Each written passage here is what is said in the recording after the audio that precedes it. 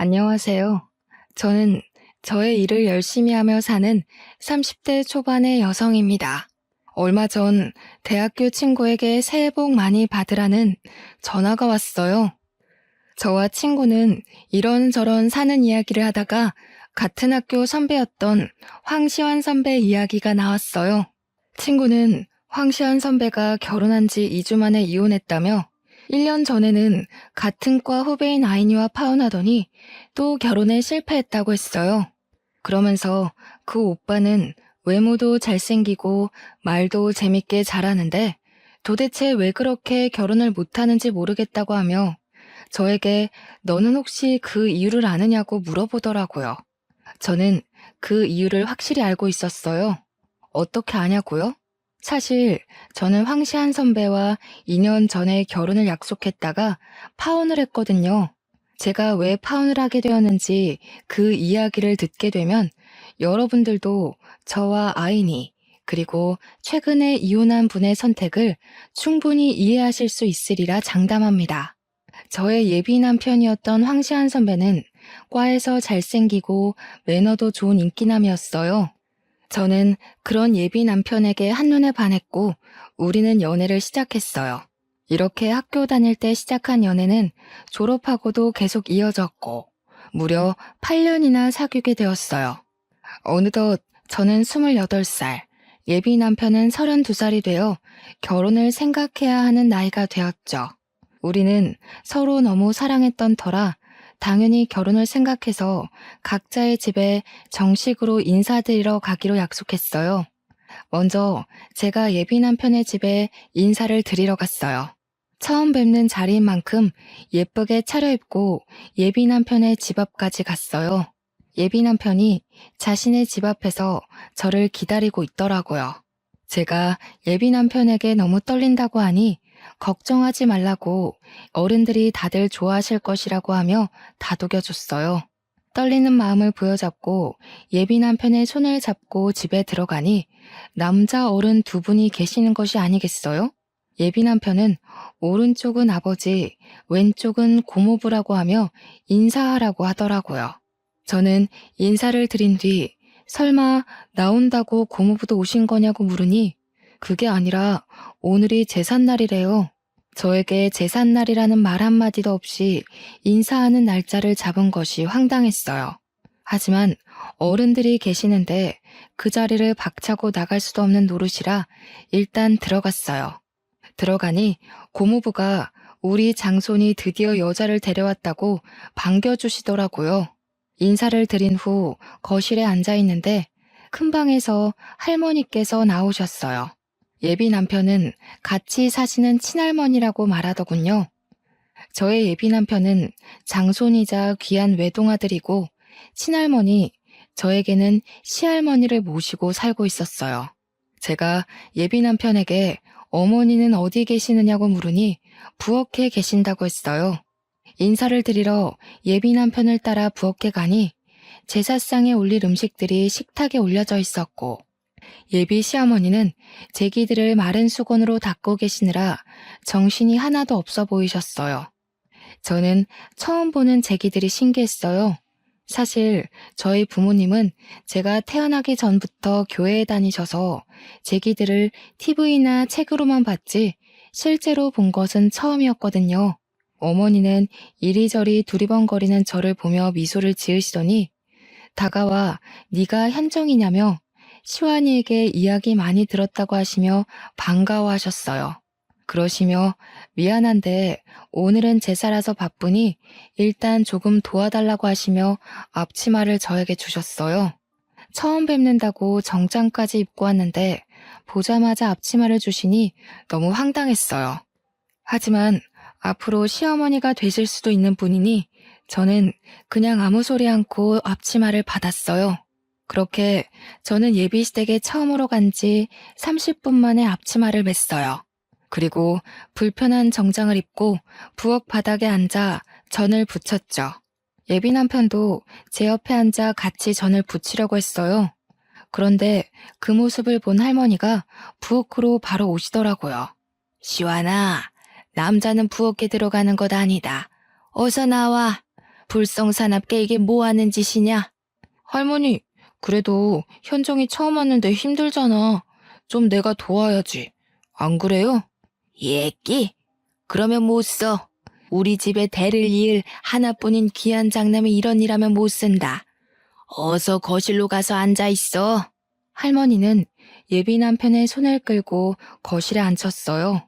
예비 남편은 거실에 앉아 고모부와 술을 마시며 희희낙낙하고 놀더라고요. 저는 이런 상황이 황당했지만 그래도 원래 제가 음식하는 것을 좋아하기도 했고 TV에서만 보던 제사를 처음 겪어보니 신기하기도 해서 그냥 오늘만 봉사한다는 생각으로 음식을 장만했어요. 저녁 7시 정도가 되자 제사를 이제 해야겠다며 고모부와 시아버지가 거실에 병풍을 펼치시고 예비 남편은 큰 상을 가져왔어요. 어머니는 부엌에서 제기 위에 대추와 사과를 조심스럽게 올리셨어요. 그러면서 저에게 들고 거실로 가서 제사상 위에 올리라고 하셨어요. 저는 어머니께서 주신 쟁반을 그대로 들고 가서 밥상에 반찬 올리듯이 아무 곳에나 음식을 두었어요. 너는 홍동백서도 모르니? 대추는 왼쪽에, 사과는 오른쪽에 두어야 할 것이 아니니? 할머니는 제게 음식을 잘못 올렸다고 다그치셨어요. 그런데 제사상 자체를 처음 보는 제가 이런 걸 알 리가 있나요? 저는 그저 이 상황들이 당황스러워 얼굴이 빨개져서 눈만 끔뻑거리고 있었어요. 할머니, 그거는 아직 저도 헷갈려요. 현정이가 그런 거 어떻게 알겠어요? 너무 뭐라 그러지 말아요. 이 녀석, 벌써 이러면 아주 우리가 시집살이라도 시키면 난리칠 녀석일세. 할머니가 한 소리 하실 수도 있지. 그거로 그러니? 할머니가 현정이를 잡아먹기라도 하신다니? 시아버지가 농담식으로 말씀하셨지만 사실 기분이 그다지 좋지는 않더라고요. 할머니의 진두지휘하에 제사상 위에 음식들이 다 차려지고 제사가 시작되었어요. 제가 예비 남편의 옆에 서기 위해 앞쪽으로 가자 어머니는 제 팔을 잡고 부엌으로 가셨어요.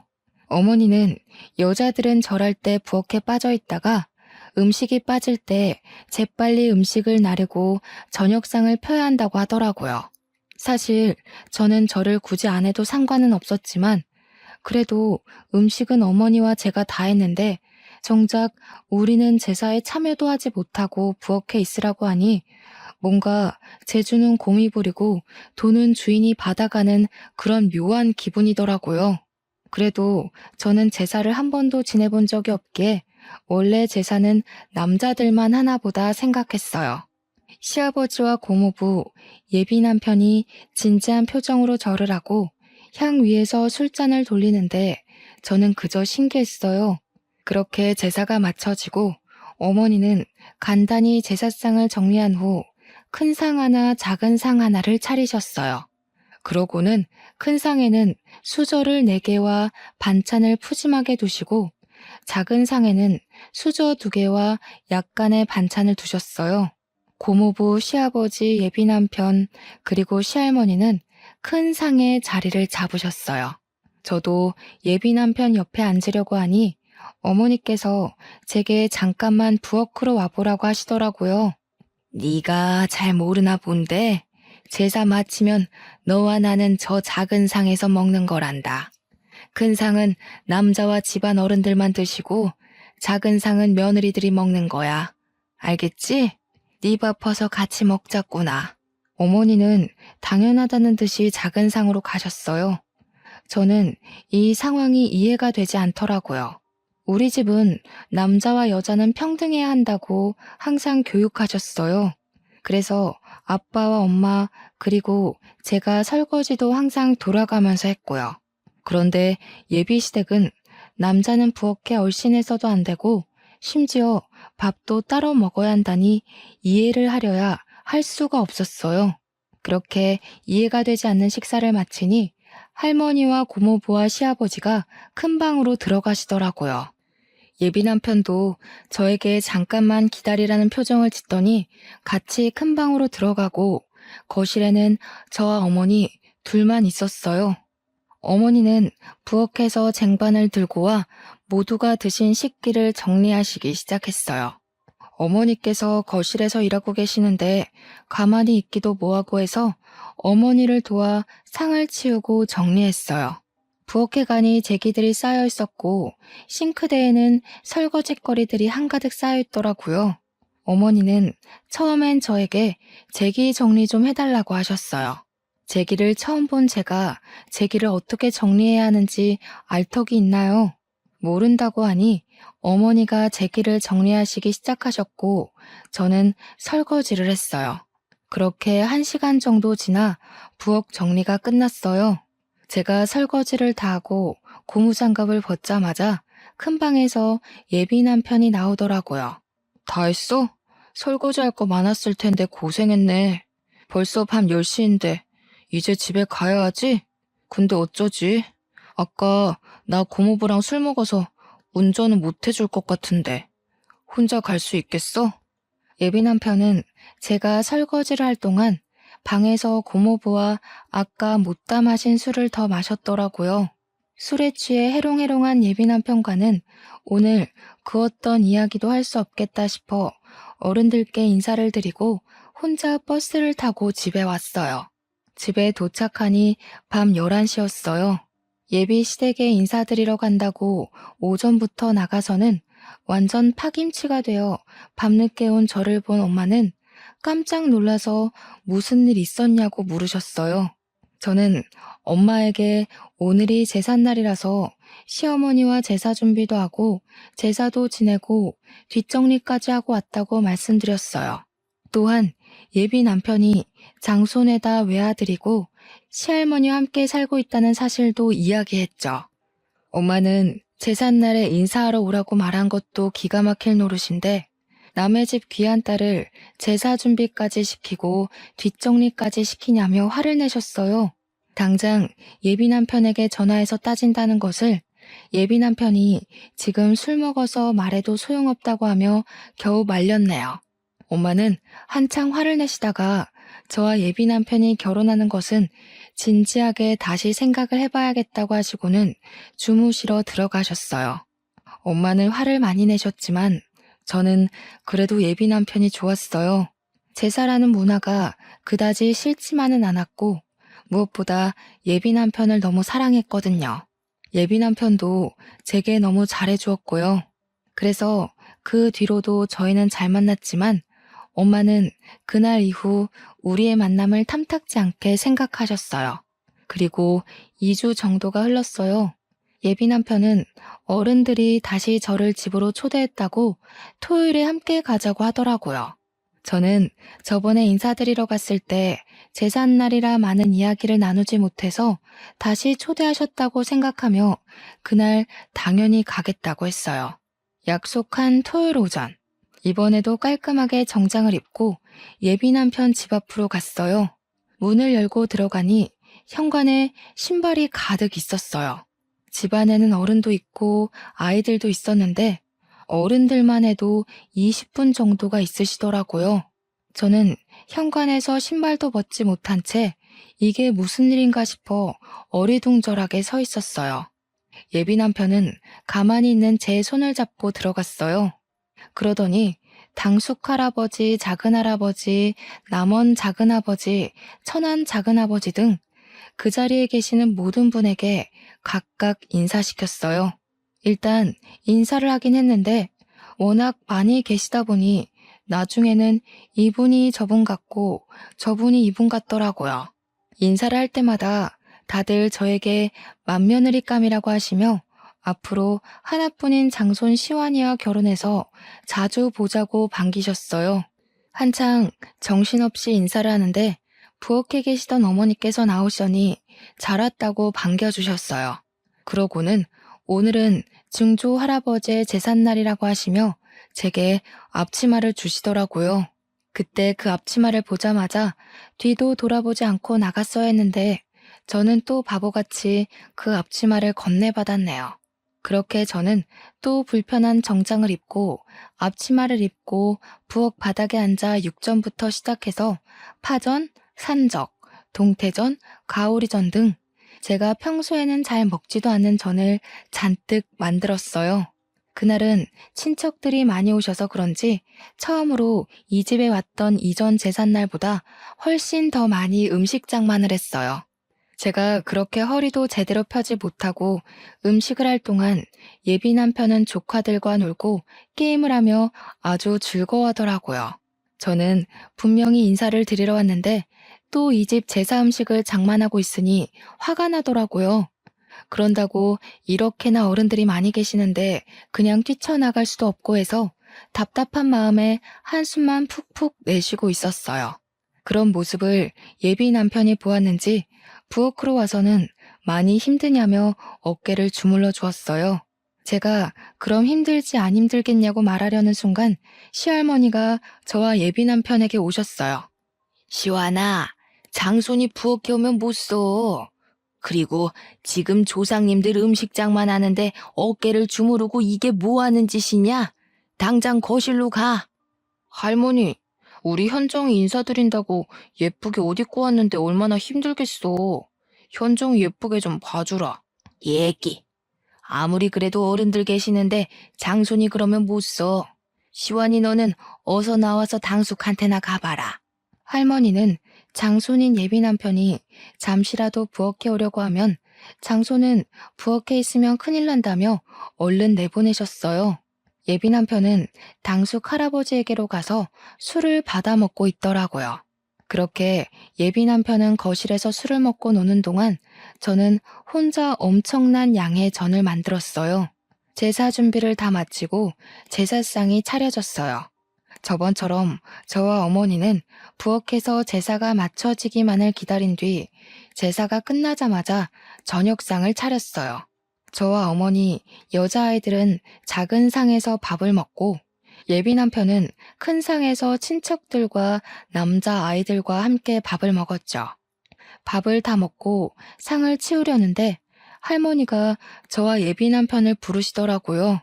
너희는 결혼을 언제 할 생각이니? 우려 할머니가 허락해 주시면 당장이라도 하지. 그래? 얘야, 우리는 혼수나 예단 아무것도 필요 없다. 너희 집이 괜찮다면 결혼식 관련 비용도 우리가 다 내마. 사실 저희 집안 형편이 그다지 좋지가 않았어요. 그래서 혹시나 예비시댁에서 과한 예단이나 혼수를 가져오려고 할까봐 내심 걱정을 많이 했거든요. 그런데 이 집의 최고 어른이신 할머니께서 제가 말씀드리기도 전에 다 필요 없다고 하시니 내심 기분이 좋더라고요. 단, 한 가지 조건이 있어. 반드시 이 집에 들어와서 살아야 한다. 저는 평일에는 회사에 있으니 저녁에만 집에 있을 것이고 주말에는 예비 남편과 데이트를 하러 나가면 되니 이 집에 들어와 어른들과 함께 산다는 것에 대해 큰 부담은 없었어요. 무엇보다 이 불편함을 다 이겨낼 정도로 예비 남편을 너무 사랑했어요. 게다가 제가 결혼을 앞두고 걱정을 많이 했던 예단과 혼수, 결혼식 비용 문제를 한 번에 다 해결할 수 있기에 할머니의 말씀에 알겠다고 바로 대답했어요. 그래, 며느리라면 당연히 그래야지. 너네 집은 제사 언제 지내니? 부모님이 교회 다니셔서 제사를 지내지 않아요. 사실 저는 제사 지내는 모습을 실제로는 처음 봐요. 제사를 한 번도 지내본 적이 없다고? 자고로 조상님께 예를 갖춰야 만사가 형통하는 법이다. 이런 조상님들도 모르는 근본 없는 것들. 에이, 할머니, 요새는 다들 제사 이렇게까지 안 지내. 제사 다 합쳐서 간소하거나 아예 안 하는 집도 많아. 명색이 황씨 가문의 장손이라는 사람이 그게 할 소리냐? 이것이 제사 안 지내는 근본 없는 년을 만나더니 애가 이상해졌네. 제사를 지내지 않는다는 이유로 친척도 아닌 할머니에게 근본 없는 년이라는 소리를 듣는데 너무 화가 나고 억울해서 눈물이 다 나오더라고요. 눈물이 터지려던 찰나 시어머니가 과일과 한과 따뜻한 차를 한 상 차려오셨어요. 어머니, 이제 다과 드세요. 그리고 현정이는 나 좀 도와주렴. 어머니께서 다과상을 들고 와서 할머니의 말씀을 끊으셔서 다행이었지 만약에 그러지 않았다면 저는 그 자리에서 아마 펑펑 울었을 거예요. 어머니의 부르심에 부엌에 가니 저번보다 훨씬 더 많은 설거지거리가 쌓여 있었어요. 저는 할머니 앞에서 잔소리를 듣느니 여기서 설거지하는 게 훨씬 마음이 편하겠다 싶어 싱크대 앞으로 갔네요. 그렇게 저는 설거지를, 어머니는 제기 정리 및 부엌 정리를 2시간 정도 하니 드디어 부엌이 깨끗해졌어요.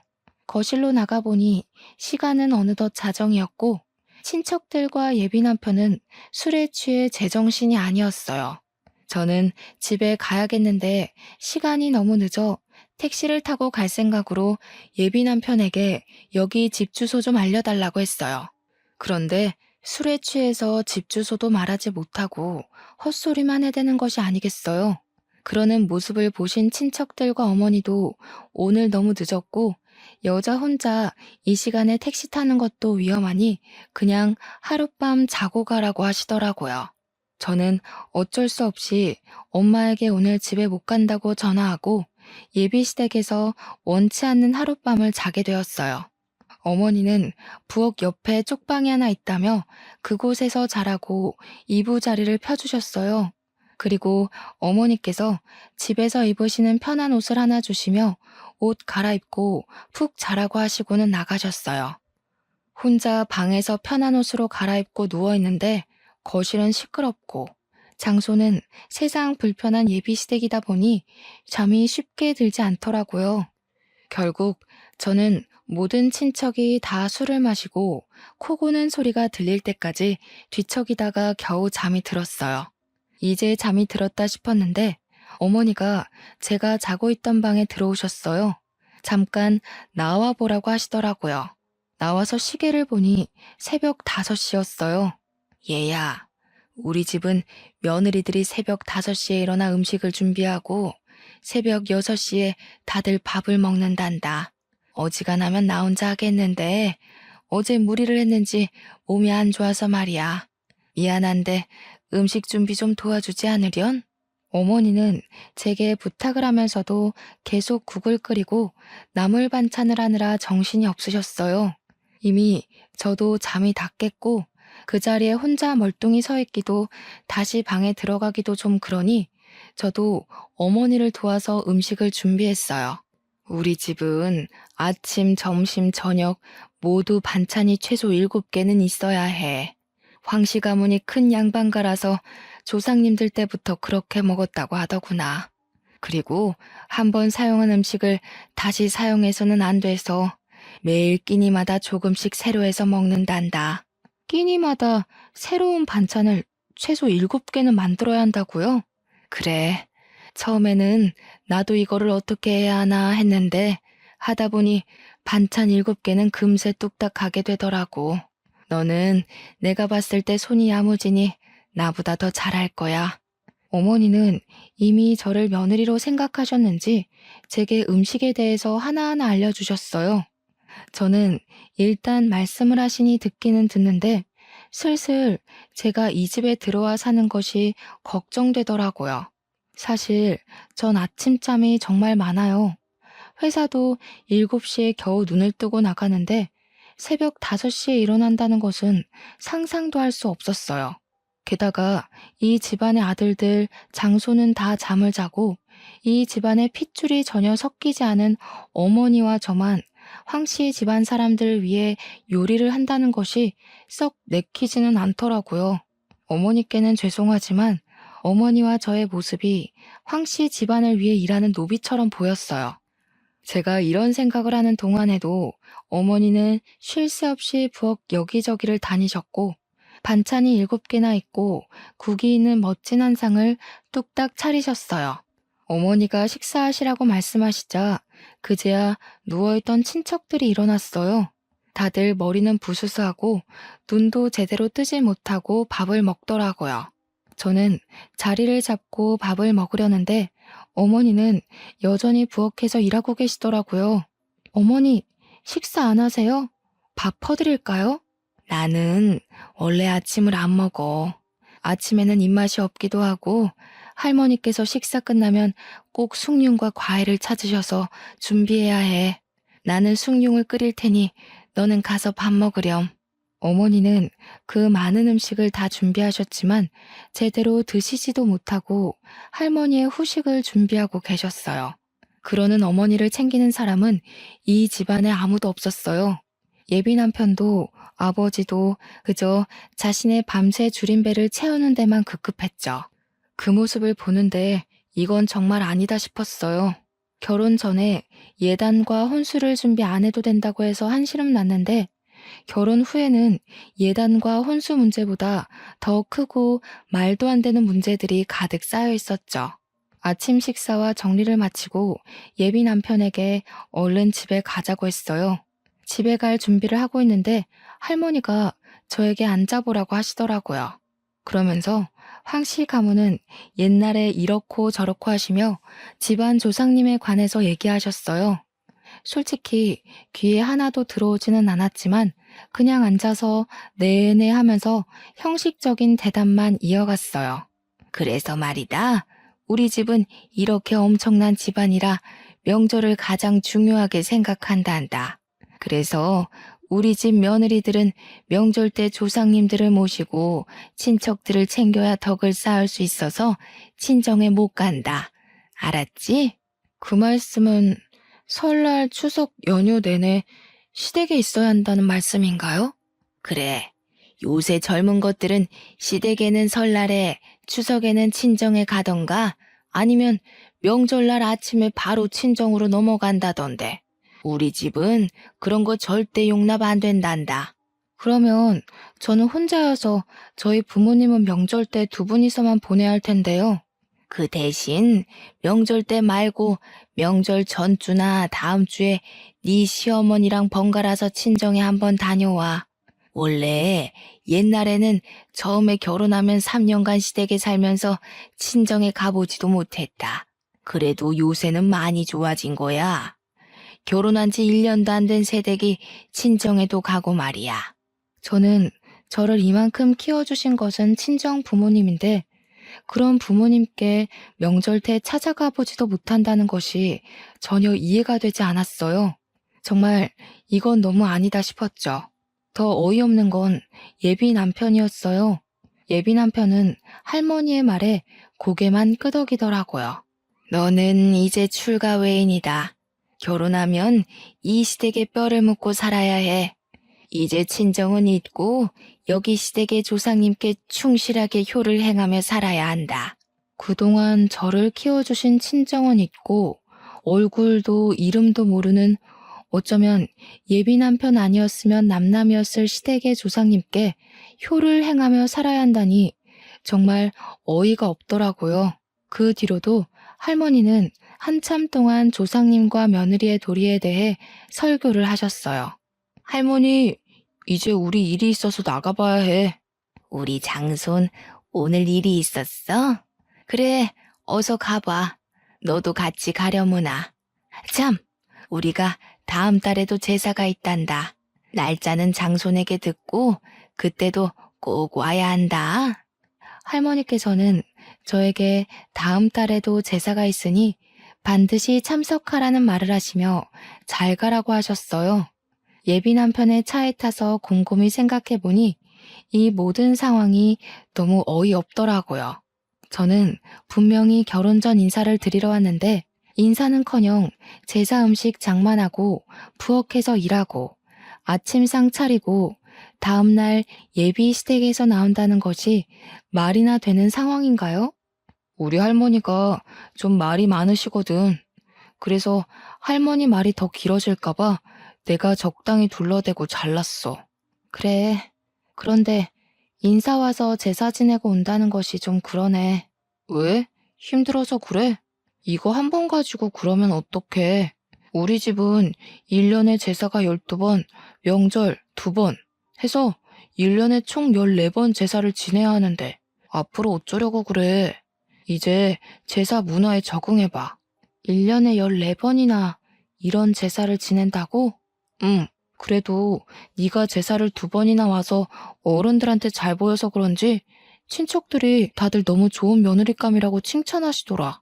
며느리감? 응. 최고의 며느리감이래. 할머니와 친척들 모두 너를 며느리로 생각하시는 거지. 우리 집 며느리 테스트 합격한 거 축하해. 어? 며느리 테스트? 응, 며느리 테스트. 내가 이 집안의 외동아들에다 장손이라 아무 여자와 결혼 못 시킨다고 내가 여자를 데리고 오면 테스트를 한다고 하셨거든.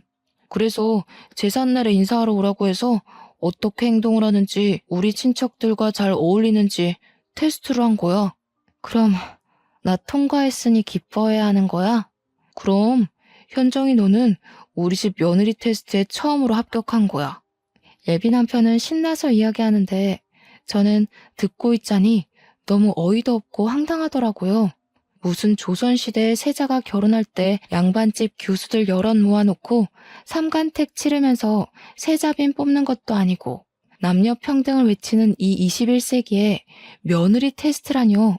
아, 그리고 사극에서 보면 조선시대 때 세자빈 간택에 통과하면 별궁으로 들어가서 결혼 전까지 왕실 교육을 받잖아.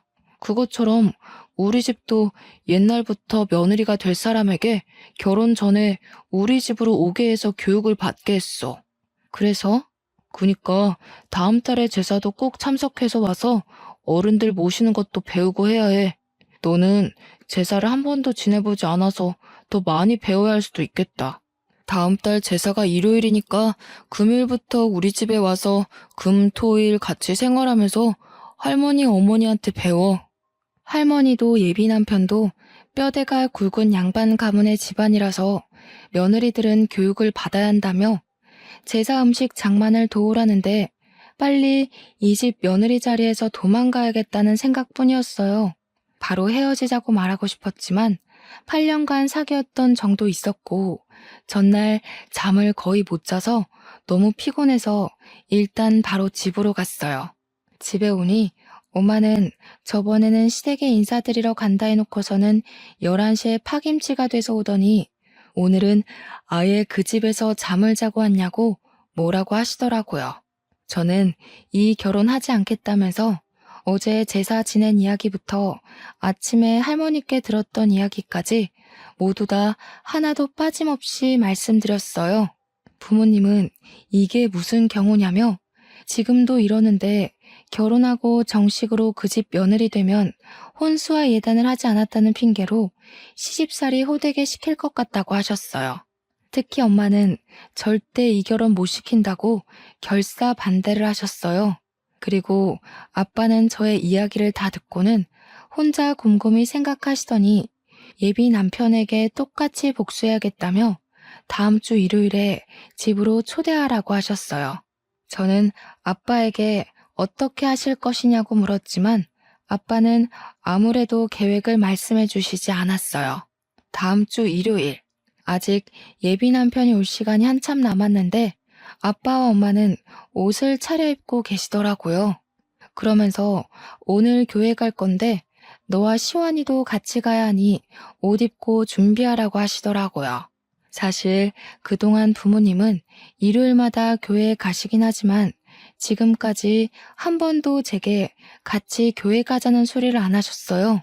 교회는 부모나 다른 누군가가 강요로 해서 다니는 것이 아니라며 나중에 제가 다 크고 마음에서 교회에 가고 싶은 마음이 생겼을 때 그때 다니라고 하셨죠.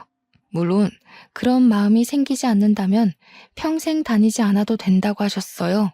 그러던 부모님이 갑자기 교회에 가자고 하니 의아하긴 했지만 그냥 부모님이 다니시는 교회를 우리에게 소개해 주시려고 그러는가 보다 싶어 저도 갈 준비를 했어요. 제가 외출 준비를 하는데 예비 남편이 집 앞에 와 있다고 전화를 하더라고요. 그래서 부모님께 말씀을 드리니 부모님은 그럼 지금 교회에 가자고 하셨어요. 예비 남편은 집에 인사를 드리러 왔는데 갑자기 부모님이 교회에 가자고 하시며 차에 태우시니 당황하더라고요.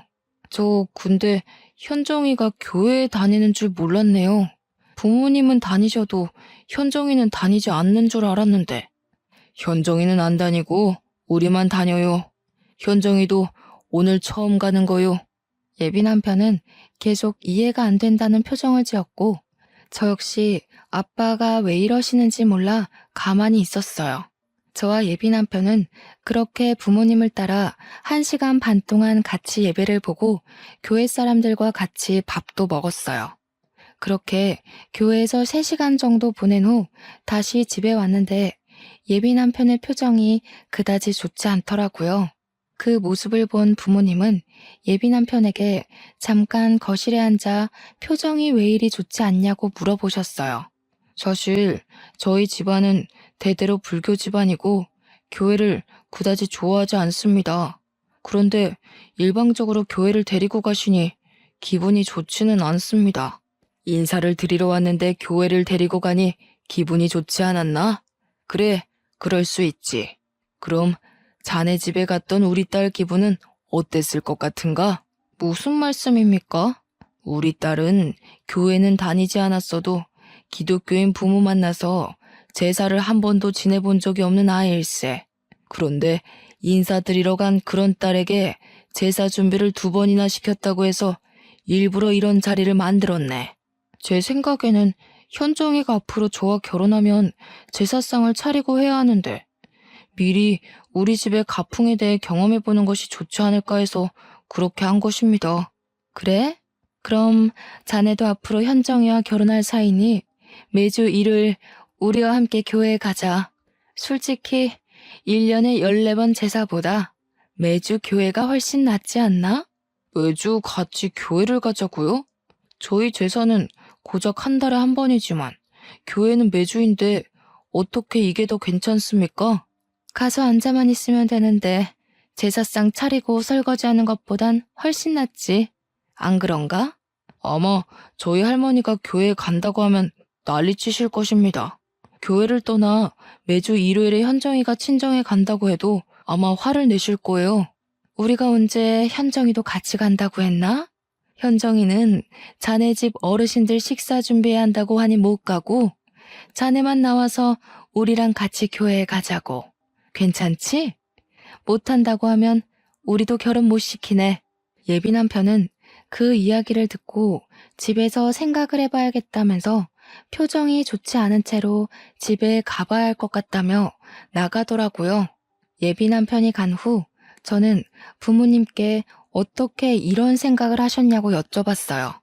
일단 그 집에서 너한테 이야기도 하지 않고 제삿날 인사하러 오게 한 것부터 나는 이해가 가지 않았다.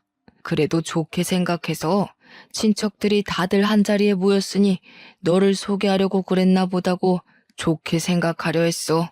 네, 정말 제삿날에 많은 친척이 오셔서 다들 인사드리고 하긴 했네요.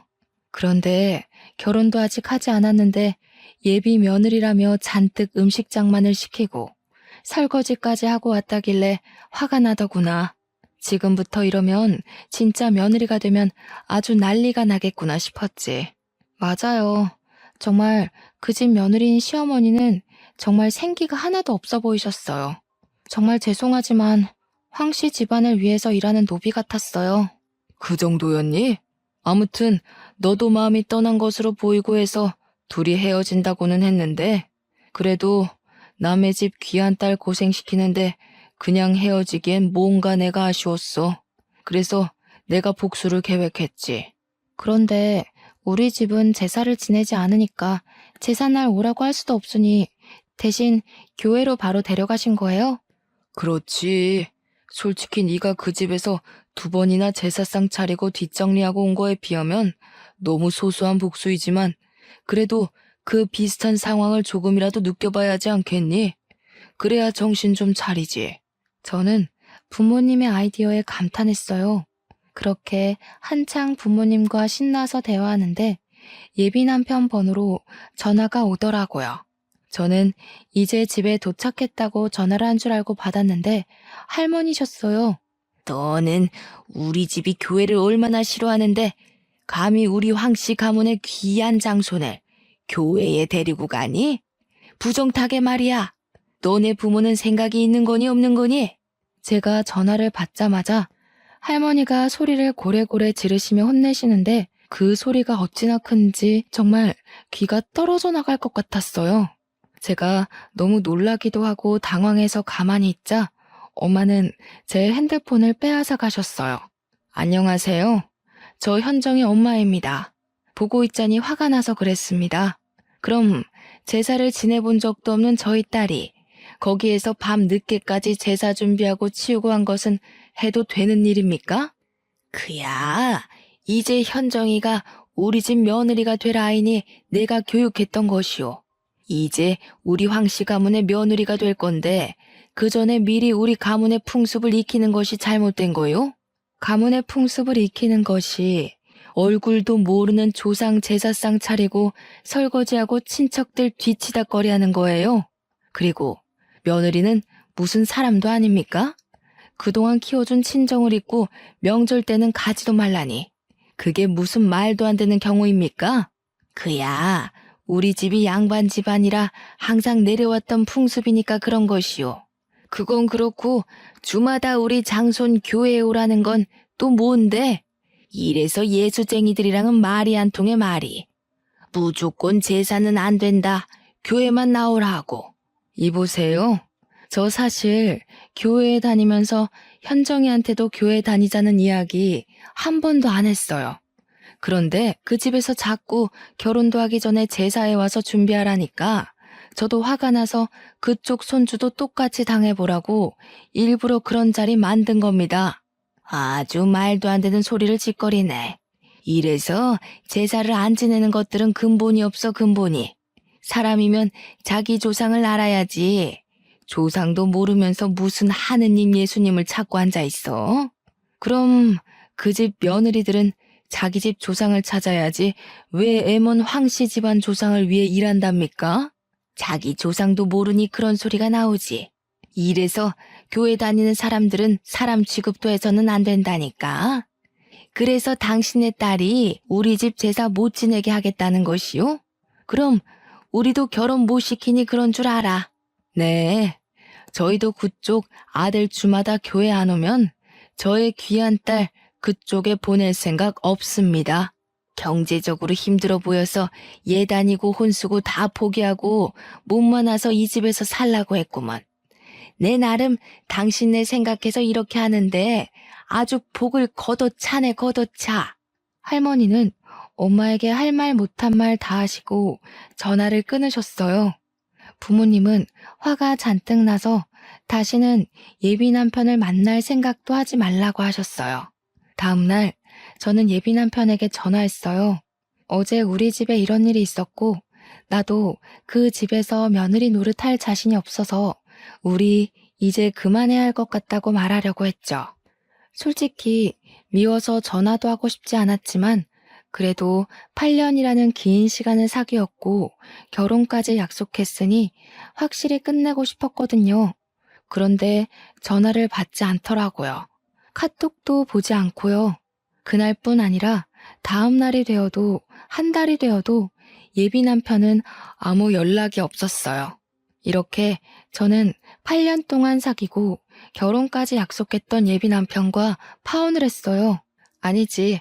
확실히 그만하자고 끝맺음을 한 건 아니었으니 잠수 파혼을 당했다고 표현하는 편이 더 맞겠네요. 10년이면 강산도 변한다는데 8년이면 절대 짧은 시간은 아니잖아요. 저는 8년간 예비 남편이 진짜 저의 남편이라고 생각하고 최선을 다했어요.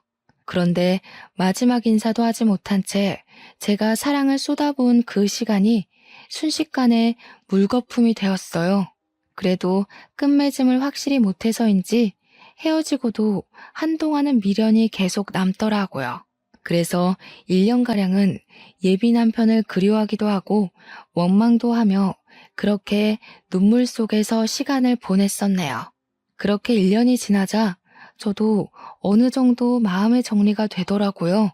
새로운 남자도 만나보라는 엄마의 말에 선짜리도 나가고 소개팅도 나가긴 했어요.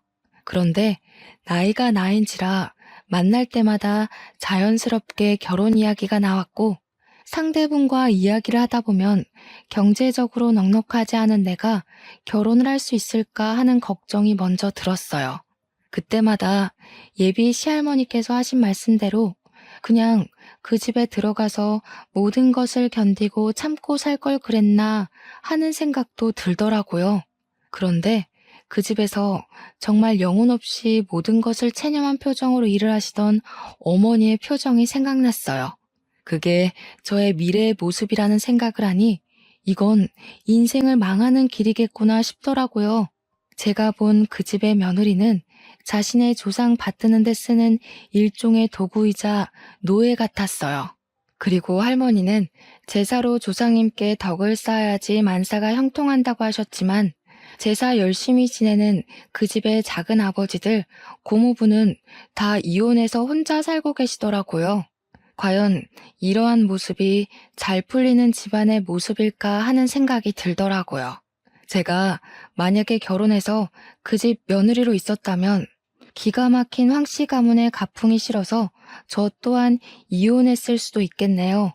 어쩌면 조상님 제사상 공들여 지낸 예비 남편 집보다 제사상 한 번 차려본 적 없는 우리 집이 조상님의 도움을 더 많이 받지 않았나 하는 생각이 들어요. 파혼하고 2년이나 지난 지금은 완전히 마음 정리를 하고 저의 일을 하며 재밌게 살고 있어요. 당분간은 누구 만나지 않고 일만 할 생각이에요. 그래서 일단 저 자신의 가치를 높여서 나중에 제가 정말 좋아하는 남자를 만났을 때 당당하고 멋지게 결혼을 하고 싶네요. 지금까지 기나긴 저의 파혼 사연 들어주셔서 감사합니다. 우리 다들 멋진 상대를 만날 수 있도록 자신의 가치를 높이기 위해 열심히 살아봐요. 아, 그리고 마지막으로 할 말이 있는데 시댁에 인사하러 갔더니 제사시키는 집안이 또 있다면 그 집에 들어가서 인사할 것도 없이 바로 나오세요. 제가 겪은 고생들 겪을 확률 99.99%예요. 꼭 도망가세요. 공대 졸업한 황시한 선배가 결혼하자고 해도 무조건 도망가세요. 그 집에 노예처럼 살고 싶으시다면 상관없지만 그게 아니라면 반드시 도망가세요.